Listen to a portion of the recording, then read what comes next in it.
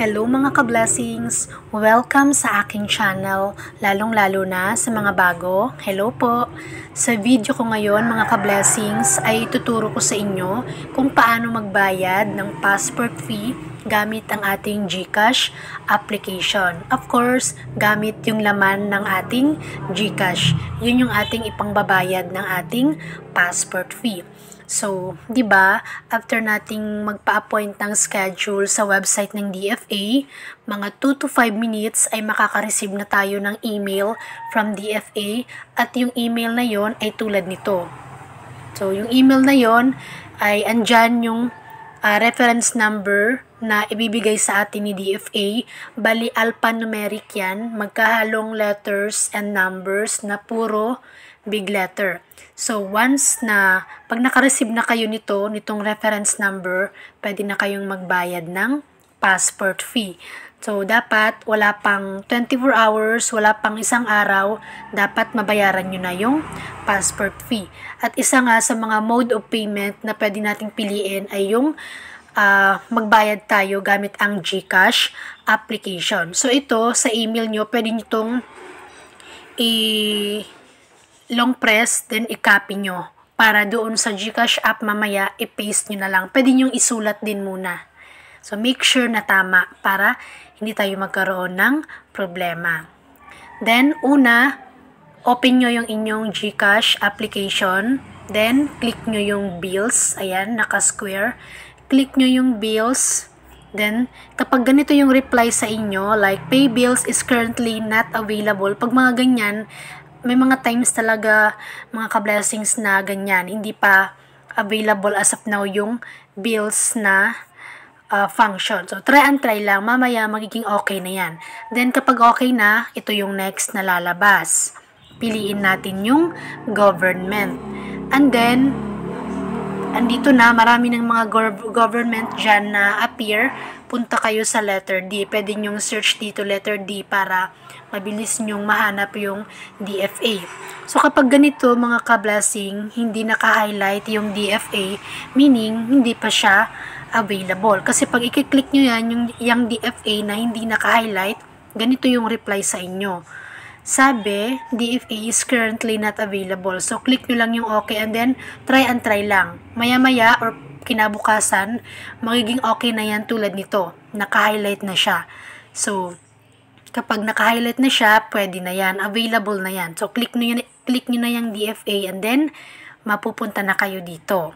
So, dito sa pesos, ilagay nyo 1,000. Kasi, 950 pesos yung bayad ng passport fee, 50 pesos yung convenience fee. Kaya 1,000 pesos yung ilalagay nyo dyan. Then, 10-digit reference number dito, yung reference number na pinakita ko kanina. Yan yung ilalagay nyo dito, itatype nyo dito. So, kung kinapin nyo na doon, i-paste nyo na lang dito. Pero kung sinulat nyo lang, kopyahin nyo dito. Make sure na tama mga ka-blessings para hindi kayo magkamali. Then, yung inyong cellphone number at saka email address. Make sure na yung cellphone number at email address na ilalagay nyo dito ay yung active, yung ginagamit nyo, yung andyan mismo sa inyo. Lalong-lalo na itong email address.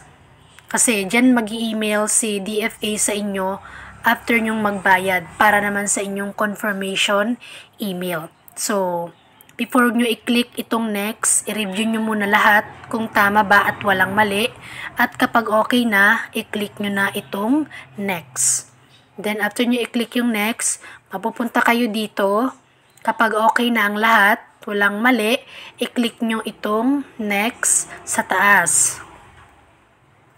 Then, after nyan, a-appear yung ganito sa inyo. Halimbawa, ito no.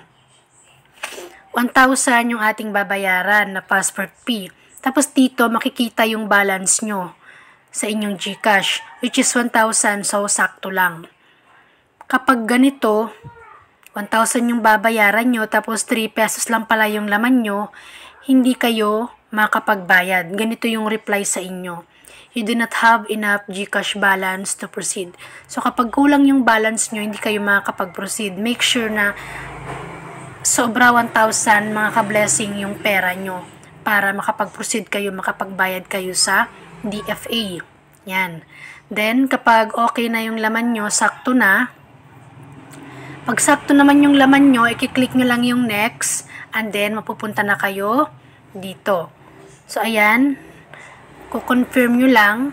Nakalagay dyan yung inyong reference number at saka yung cellphone number na nilagay nyo kanina. Then, i-click nyo lang yung confirm.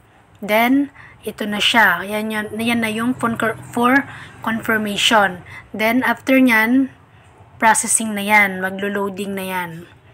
Then, after nyan, ito na, yung resibo. Nakapagbayad na kayo ng passport fee sa DFA gamit ang inyong GCash application. So, ito na yung resibo. So, para magkaroon kayo ng copy dito sa resibo, para proof na nagbayad kayo ng passport fee, i-click nyo lang yung arrow down or yung download na symbol dyan sa taas para tapos yung screenshot na yan or yung copy na yan mga ka-blessing mapupunta sa inyong gallery kapag na-click nyo na yan. So, mga tawag dito, ilang minutes, hours, or 1 day, makaka-receive na kayo ng confirmation email from DFA o yung confirmation email or yung tinatawag na accomplish form. So, after nyo magbayad ng passport fee sa DFA, maghintay lamang kayo kasi mag-i-email sa inyo sa DFA at yung email na yon ay tulad nito. Ito yung inyong confirmation email from DFA, patunay na nakapagbayad na kayo ng passport fee. At dyan sa bandang baba, andyan yung 4 pages na ipapaprint natin. Isa yun sa mga requirements na dadalhin natin sa DFA sa araw ng ating schedule. So, 4 pages yon na ipapaprint natin sa A4 size na bond paper. So, ayun lamang po mga ka-blessing, ito na yung inyong appointment code, yung site kung saan kayo nagpa-schedule, yung date and time ng schedule nyo sa pagpunta sa DFA. So, ayun lamang po mga ka-blessings, yung aking video sa ngayon. Sana after nyo ito mapanood, ay alam nyo na kung paano magbayad ng passport fee gamit ang ating GCash application. At kung meron kayong mga katanungan na hindi ko nabanggit dito, paki-comment na lang sa baba.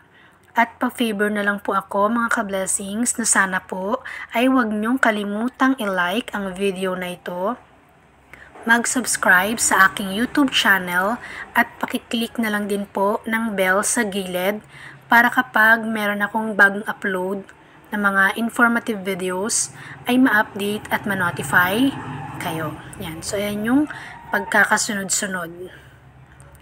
And always remember, it's okay to be sad after making the right decision. So, sabi dito, okay lang daw maging malungkot pagkatapos mong makapagdesisyon ng tama.